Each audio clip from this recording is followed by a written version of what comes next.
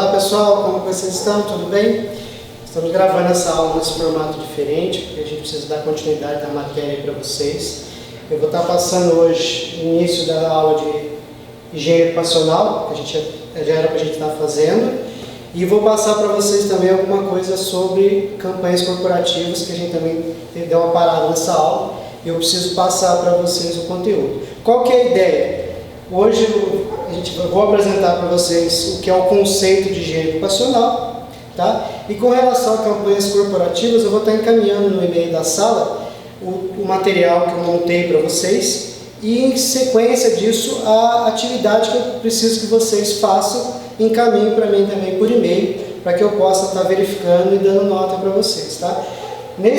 Enquanto a gente tiver com essa pandemia, formato, eu acredito que a gente vai seguir essa lógica aqui, e então eu vou estar sempre mandando para vocês materiais sobre os temas das aulas e juntamente com isso também as atividades que a gente precisa, se vocês vão ter que estar fazendo para a gente poder ir dando continuidade na aula, tá certo? Então, vou começar para vocês hoje, a gente vai falar sobre a introdução do que é higiene ocupacional, tá? Primeiro falando do conceito, né? Então, a higiene ocupacional, ou higiene do trabalho, ou higiene ocupacional, é um conjunto de medidas preventivas relacionadas ao ambiente de trabalho, visando a redução dos acidentes de trabalho e doenças ocupacionais. A higiene do trabalho consiste em combater as doenças profissionais. O que a gente pode entender com doenças profissionais? Tudo aquilo que o funcionário vai estar exposto. O leque de condições é muito grande. Como a gente já conversou em outras aulas, a gente está falando aí de ruído, calor, frio, umidade, e além dos produtos químicos, que são vários aí, dependendo do ramo de atividades da empresa que a pessoa trabalha. Tá ok?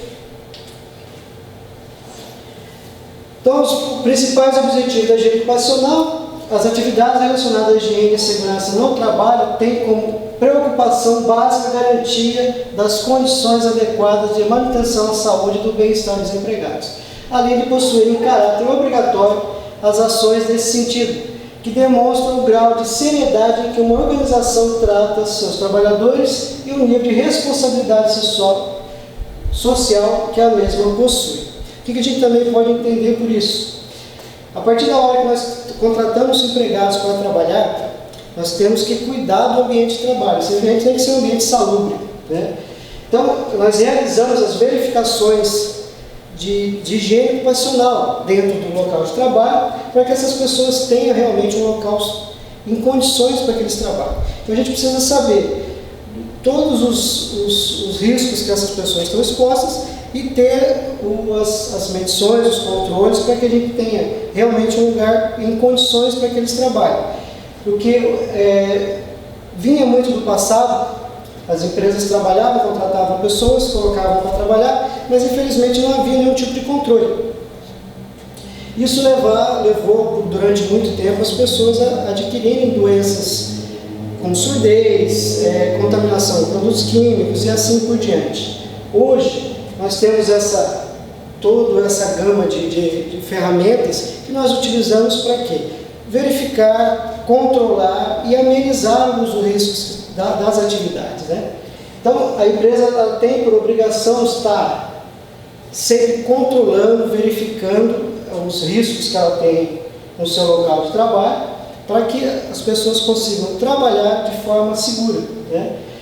Isso eu vou levar depois mais para frente, a gente vai entender, nós vamos tratar risco por risco, né? Nós vamos falar de ruído, vamos falar de calor e assim por diante, para vocês entenderem, tá? Mas basicamente, como um pouco mais amplo, todos os riscos apontados na nossa verificação, eles têm que ter uma medição, uma quantificação. A gente primeiro verifica o que tem e depois quantifica isso, e esses controles são feitos periodicamente.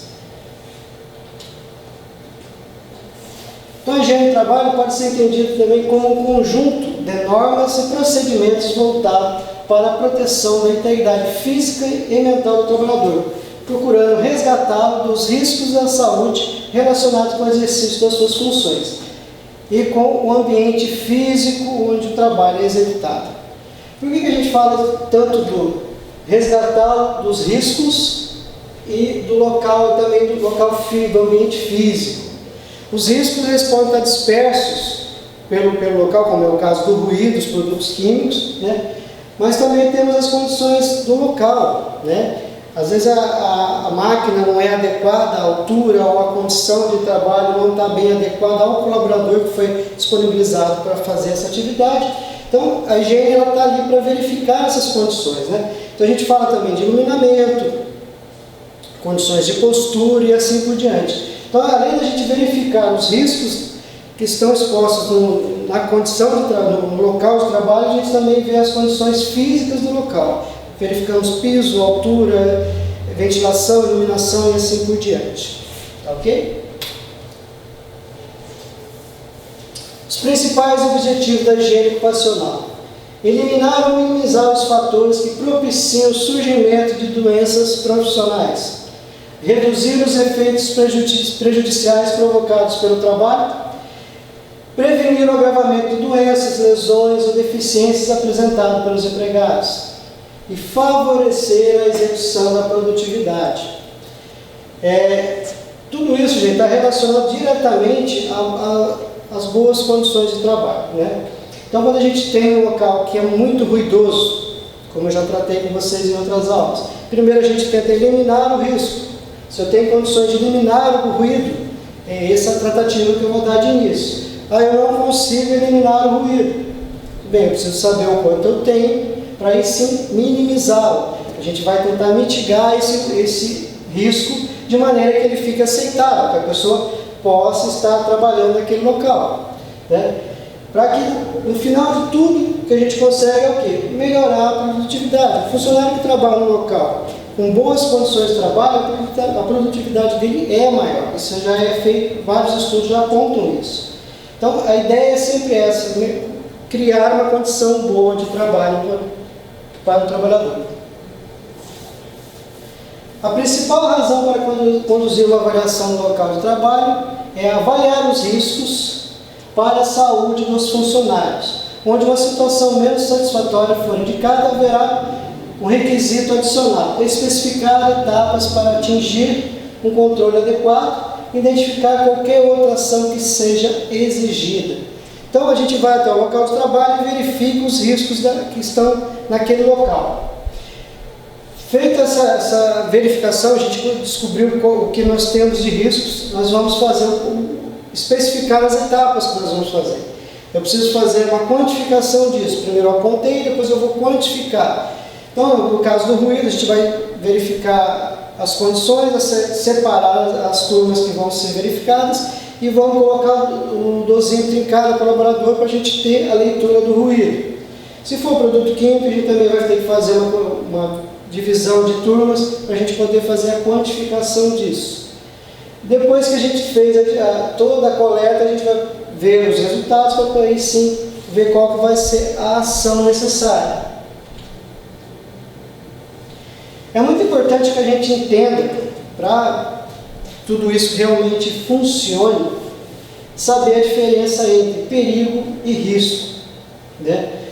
Se a gente não tiver essa noção do que é perigo, o que é risco, a gente não consegue dividir as atividades nem propor uma ação que seja coerente, né? Então, ao realizar uma avaliação de risco, é importante ter um entendimento claro das diferenças entre perigo e risco. Então, o que é perigo? Perigo é algo que pode causar dano se não for controlado, né? E o risco é uma combinação de probabilidade de que um resultado em particular ocorra e a gravidade do dano envolvido. Então, gente, é muito importante vocês terem em mente exatamente a diferença entre perigo e risco. Se existe o perigo, o dano está muito próximo, né? E o risco é uma combinação de probabilidade. A gente já tratou disso também em outras aulas. A gente sabendo a diferença entre um e outro, fica mais fácil a gente poder montar um plano de ação. Então, a avaliação dos riscos para a saúde é o processo de avaliar os riscos para a saúde e pode ser amplamente descrito no fluxograma abaixo. Eu montei esse fluxograma para vocês entenderem. Então, quando a gente verifica os riscos, primeiro a gente vai fazer uma avaliação dos riscos para a saúde, a gente vai até o local de trabalho e verifica todos os riscos que os colaboradores estão expostos. Depois disso, nós vamos definir as avaliações, né? A extensão das avaliações. Coletar informações, como é feita a atividade, como que o processo da atividade é feito, né? Avaliar a exposição, identificar as ações, registrar as avaliações, executar as avaliações, analisar o resultado das avaliações. Então, lá no início, eu vou até o local, verifico e vejo o que eu tenho de risco.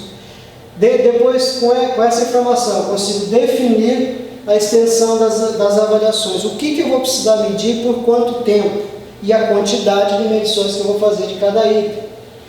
Depois eu coleto as informações. O que é coletar as informações? É toda vez que a gente vai fazer uma quantificação, o colaborador tem que ser entrevistado antes, ele tem que saber o nome completo, idade, há quanto tempo ele está na atividade, quais são realmente as atividades que ele executa. Tudo isso é feito em um relatório, antes de eu iniciar a avaliação. Faço a avaliação da exposição para identificar as ações. Isso é a avaliação já propriamente dita. Eu coloquei o dosímetro e deixei pelo tempo necessário, depois eu recolhi a medição e levei para fazer a leitura no computador, no programa, né? Registrar as avaliações, tudo que a gente fez de leitura, tudo que foi feito, ele vai para um documento, tem que ser montado um documento. Se é no caso de ruído, a gente vai fazer um relatório, um laudo de dosimetria. Se for de químicos, um laudo de produtos químicos, onde a gente vai ter os parâmetros, se estava dentro do limite de exposição ou não, né? Executadas as avaliações, analisar o resultado das avaliações. Eu tenho as avaliações de ruído, fiz de todas as pessoas que estavam naquele local e verifiquei que está acima do limite de exposição. Qual vai ser a tratativa? O que eu vou fazer para tornar aquele local mais adequado para o trabalho? Isso vai estar no meu documento. Então, o meu laudo de dosimetria está lá, vai ter as funções que foram avaliadas, o quanto eu tirei, quanto foi verificado que tinha de dose e quais as ações que vão ser tomadas para que a gente torne, se estava acima do limite, em condições de trabalho, em condições adequadas de trabalho. Então, o ambiente de trabalho insalubre é quando o trabalhador realiza suas atividades em um ambiente insalubre, ou seja, contaminado por agentes físicos, químicos ou biológicos. Ele pode desenvolver alguma doença ou que o incapacitará para o trabalho. Se isso ocorrer, será afastado de suas atividades, dependendo do tipo de gravidade da doença, será submetido a tratamento e após a cura retornará ao trabalho. Tudo isso que a gente está falando aqui, tudo que a higiene trata, é para que a gente consiga tornar um local, verificar se o local é insalubre ou não, e, se possível, tomar ações que tornem esse local salubre, em condições para que o trabalho seja executado. Entretanto, note que, se retornar para a atividade inicial, o trabalhador voltará para o mesmo ambiente onde contraiu a doença. Dessa forma, é provável que ele fique novamente doente, mais rápido e mais intensamente do que a primeira vez. Aqui, sabe, totalmente incapacitado. Se a gente não faz esse tipo de controle, a gente não sabe o que tem, ou mesmo sabendo o que tem, a gente não tem os parâmetros de quanto eu tenho de riscos no local de trabalho, esse colaborador ele pode se ausentar para tratamento médico devido à exposição aos riscos, e quando ele voltar, ele vai ficar adoecendo novamente e vai se afastar. Só que conforme ele se afastou um tempo, quando ele voltar, esse afastamento pode ser bem mais rápido e a consequência disso bem pior. É por isso que a gente faz todas essas medições para ter o controle, né? Então, de acordo com a CGH, que é um órgão americano, a higiene do trabalho é uma ciência é a arte de reconhecimento, da avaliação e do controle dos fatores ou tensões ambientais originados ou do local de trabalho ou do que podem causar doenças, prejuízos para a saúde e o bem-estar, desconforto, ineficiências significativas entre os trabalhadores ou entre os cidadãos da comunidade. Quando a gente fala daqui dos trabalhadores, é o pessoal que está realmente envolvido na atividade, na produção, está ali trabalhando. Mas, dependendo do tipo de atividade que a empresa executa, ela também pode estar criando situações de problema para as comunidades que tem em volta da empresa. Imagine uma empresa que trabalha com usinagem e não tem nenhum tipo de isolamento acústico na empresa. As máquinas produzem muito barulho e ela trabalha lá de primeiro, segundo, às vezes até terceiro turno. Como que o pessoal que mora ao lado vai conseguir dormir? Essas pessoas vão ter muitos problemas com isso, né? Além de não estar bem por não dormir tranquilamente, elas vão ter problemas de saúde, dor de cabeça e vários outros problemas, né? Então, a gente trata tanto das pessoas que estão dentro do processo produtivo, que estão dentro da fábrica, que estão trabalhando no maquinário, na produção em si, mas também levando em consideração as comunidades em volta. Então, quando nós fazemos essas medições, a gente consegue verificar os agentes, a gente consegue controlar tanto dentro da empresa como nos arredores, né? Então, conforme a definição da CGH, a higiene do trabalho é constituída por 3 etapas. Então, a gente faz o reconhecimento, após isso, nós fazemos a avaliação e o controle dos agentes ambientais. Esses agentes físico, químico ou biológico, cada uma dessas etapas é constituída da seguinte forma. O reconhecimento. Nessa primeira etapa, realizamos o reconhecimento dos agentes ambientais que afetam a saúde do trabalhador. É importante observar que se um agente tóxico não for reconhecido, ele não será avaliado e nem controlado. Desta forma, para que essa etapa seja bem sucedida, devemos ter o conhecimento profundo do processo produtivo, ou seja, de todos os produtos envolvidos no processo, dos métodos de trabalho, do fluxo de processo, do arranjo físico das instalações, do número de trabalhadores expostos, dentre outros fatores relevantes. Então, gente, conhecer o processo é algo primordial, é básico. Eu tenho que saber exatamente como faz e por que faz. Desde o início do processo, quando chega a matéria-prima e vai até o produto acabado. Porque desta forma eu consigo entender realmente aonde estão os riscos, aonde eu tenho que começar minhas medições e qual vai ser o enfoque de todo o meu trabalho. Então eu tenho que conhecer o processo produtivo. Dentro disso também é importante conhecer os colaboradores que estão envolvidos em cada etapa da atividade. Como eu falei, desde a chegada da matéria-prima até o material, o produto já pronto. Conhecê-los, saber qual que é a maneira que eles trabalham, se o trabalho é para eles, de que forma eles entendem que é essa atividade, para que às vezes a gente precisa entender como essa pessoa se relaciona com o trabalho e também com os riscos que estão ao seu redor. Avaliação. A gente foi no local, reconheceu todos os riscos, colheu todas as informações necessárias.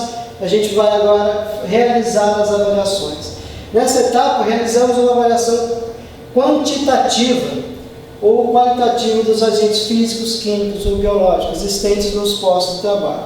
Nessa fase que devemos detectar os contaminantes, fazer a coleta das amostras, quando cabível, e realizar medições e análises da intensidade das concentrações dos agentes, realizar cálculos e interpretações dos dados levantados no campo, comparando os resultados com os limites de exposição estabelecidos pelas normas vigentes. Então já fui ao local, levantei o que tinha de risco, agora estou indo lá fazer as quantificações. Então eu vou escolher os colaboradores, vou colocar os aparelhos necessários, vou fazer as coletas. Essas coletas depois vão ser feitas as análises nos programas específicos, a gente vai ter os resultados. Tendo os resultados, a gente vai fazer os comparativos. O que seria um comparativo?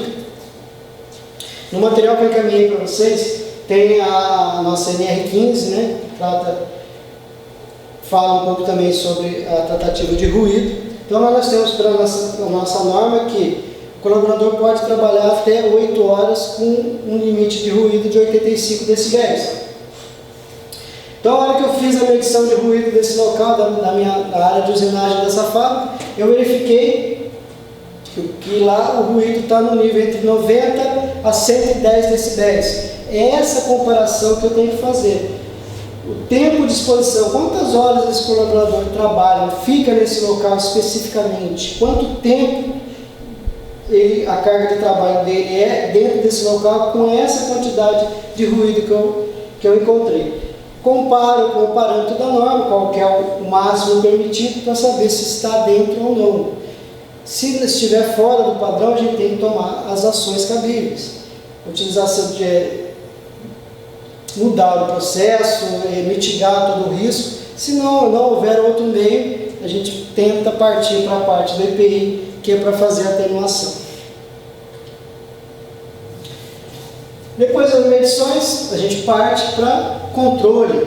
Com base nos dados obtidos das etapas anteriores, devemos propor e adotar medidas que visem a eliminação. Lembra que eu tenho falado muito disso para vocês? A gente tenta eliminar. Se eu não consigo eliminar, eu dou outra tratativa. Eliminar ou minimização dos riscos presentes no ambiente. Com isso, devemos ter em mente a seguinte ordem relativa ao controle dos agentes ambientais. Primeira prioridade, adoção de medidas relativas ao ambiente ou as medidas coletivas. São medidas aplicadas na fonte ou trajetória, como substituição do produto tóxico usado no processo, isolamento das partes poluentes, ventilação no local para retirada dos poluentes, ventilação geral de ruidor, dentre outras coisas, né? Isso é o primeiro item.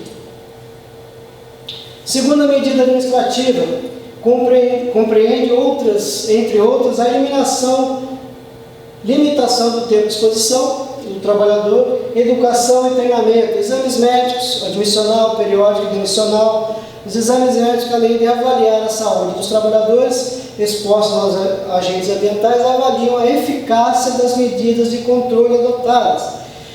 Aqui nós estamos falando um pouco sobre ruído. Então, quando eu faço um exame, tanto admissional como periódico, até o demissional, eu realizo a audiometria. E a gente verifica o nível de audição do colaborador. Então, quando ele faz o admissional, a gente vai fazer o primeiro exame. Esse exame é feito para saber o parâmetro que ele tem, se ele já tem alguma perda auditiva ou não, né? Normalmente, depois de 6 meses, a gente faz uma nova verificação para saber, ter um parâmetro de se teve alguma alteração do admissional para aquele período após 6 meses, e depois disso a gente mantém um controle anual. Então, isso é feito nos demais itens também. Dependendo do tipo de risco, o médico vai apontar um exame que vai tratar desse item, né? A terceira medida, medidas relativas ao trabalhador, que já é a aplicação do EPI. Não sendo possível o controle coletivo ou administrativo, enquanto essas medidas estiverem sendo implementadas, ou ainda, como complemento às medidas já adotadas, devemos utilizar equipamento de proteção individual adequado ao risco. Perceba que essa medida é a última linha de defesa a ser empregada e não a primeira, como muitos pensam, né? Não simplesmente chegar, o colaborador vai trabalhar, a gente não tem nenhum parâmetro, fica muito fácil você simplesmente vir, está aqui um protetor auditivo, uma máscara, você vai para a área e vai trabalhar. As medições nos apontam que, se realmente aquele protetor que eu estou fornecendo é o adequado, se ele dá a atenuação necessária. A mesma coisa acontece com as máscaras. Se eu forneço uma máscara, eu tenho que saber se ela é adequada para o agente que está contaminante que está no local, e assim por diante. Mas sempre lembrando, nós vamos sempre tentar eliminar o risco. Se eu consigo eliminar o risco, é muito mais tranquilo. Porém, Se não há condições de eliminar, a gente vai dar as medidas necessárias para tratar e deixar em condições de trabalho.